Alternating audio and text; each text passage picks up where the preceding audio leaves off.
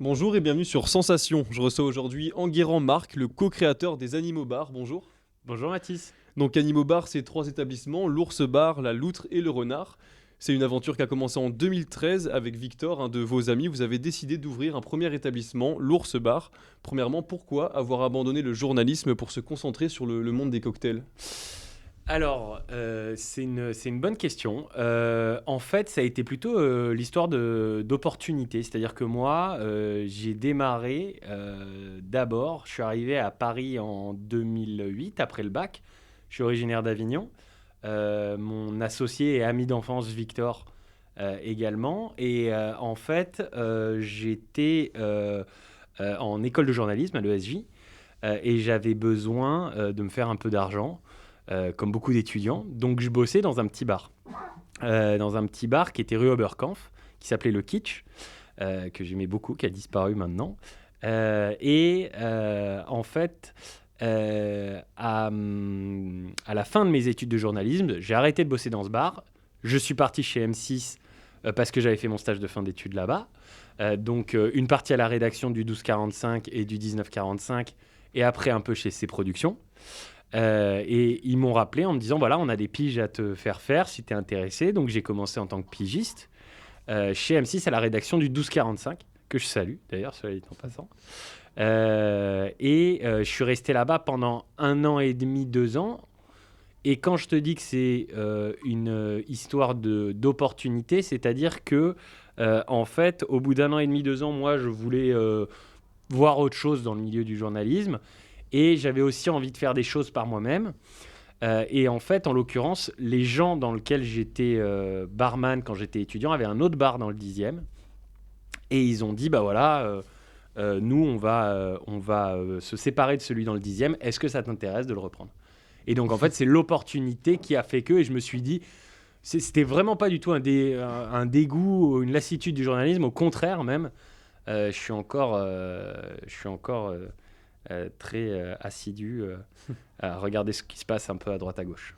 Alors avant de parler de l'histoire d'Animaux Bar, pourquoi avoir choisi justement cette thématique autour des animaux? L'ours, le renard, la loutre, pourquoi? Alors, en fait, c'est un soir avec mon associé, on marchait et dans les rues de Paris, et c'était après une soirée, et je pense qu'on n'avait même pas l'ours à l'époque, et on se disait, t'imagines, ce serait trop drôle de monter une série de bars avec à chaque fois un nom d'animal. Et en fait, c'est un peu comme tout. On s'est pris au jeu. Aujourd'hui, il y en a trois. Mais on projette jamais ça. Je pense que, en tout cas, de manière entrepreneuriale, c'est le meilleur moyen de se prendre les pieds dans le tapis, de se dire on va ouvrir 3 bars ou on va ouvrir 5 bars d'un coup. On est les patrons et c'est comme ça que ça se passe. Donc, en fait, on a ouvert l'Ours Bar et dans un coin de notre tête, il y avait mais et si on se prenait à rêver, et si demain on en ouvrait un deuxième et ça s'appelait le renard, et si demain on en ouvrait un troisième et ça s'appelait la loutre, et aujourd'hui on en est là, et voilà, qui sait, demain il y en aura peut-être un quatrième, et on l'espère, un cinquième aussi.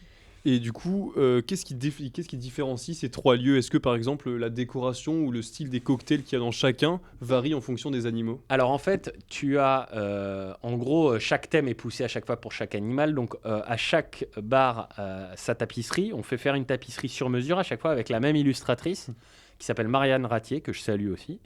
Qui a vraiment un vrai coup de main, un vrai coup de patte, si je puis dire, et qui est vraiment hyper talentueuse. Et elle fait un papier peint sur mesure qu'on colle dans chaque bar. Donc il y a l'ours, le renard, la loutre.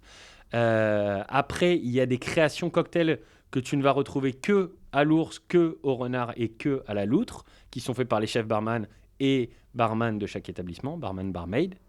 Et tu vas avoir par contre une partie classique Animo Bar, qui sont 5 cocktails que tu retrouves dans les 5 établissements qui sont un peu nos best-sellers, qu'aujourd'hui tu peux retrouver en bouteille dans nos bars ou sur des livres, par exemple. Et donc par exemple pour l'ours bar par exemple, quel serait le cocktail signature un peu de cet établissement? Qu'est-ce Alors, qu'il y a dedans? un cocktail qui est vraiment le cocktail signature qui n'a pas changé depuis que nous on est arrivé il y a 8 ans avec Victor derrière le bar, c'est la Grande Ourse.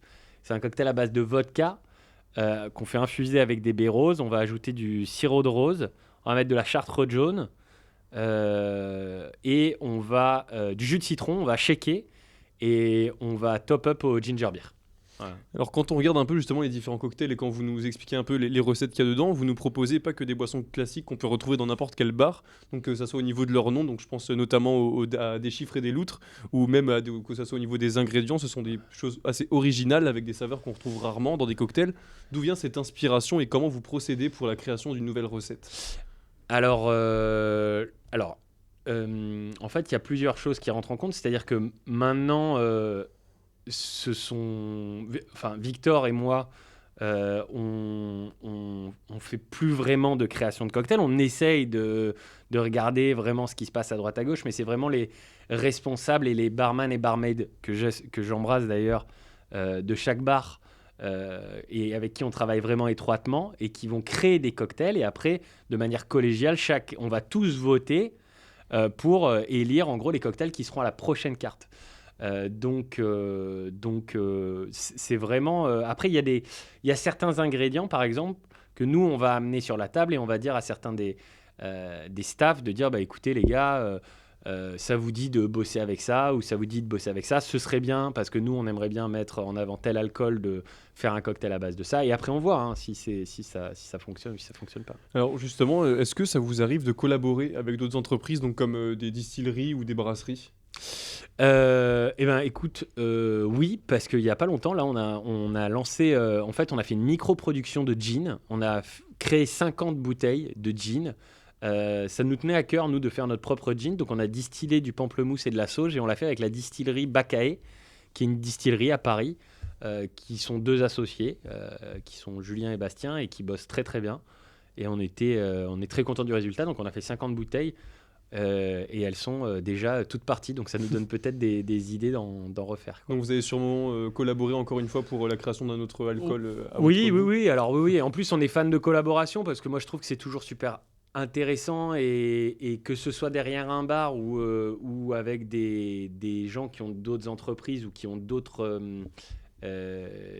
qualifications, c'est toujours hyper intéressant d'échanger et d'avoir vraiment un retour sur à la fois notre produit, à la fois leur produit et savoir comment on peut mixer les deux, quoi.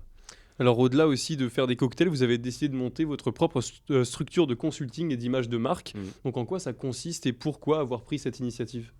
Alors, en fait, on est arrivé dans le milieu du cocktail donc en 2013 avec des bars à cocktails, comme tu l'as dit, l'Ours, qu'on a ouvert. On s'est fait connaître. En gros, pour te la faire rapide, on ne trouvait pas de deuxième bar à ouvrir. Donc, on a monté une cellule d'événementiel. Donc, l'idée, c'était de recréer des bars à cocktails pour des marques, pour des soirées, pour des lancements de produits, type Fashion Week. Voilà, on arrive, on pose un bar à cocktails pour la Fashion Week et on fait les cocktails.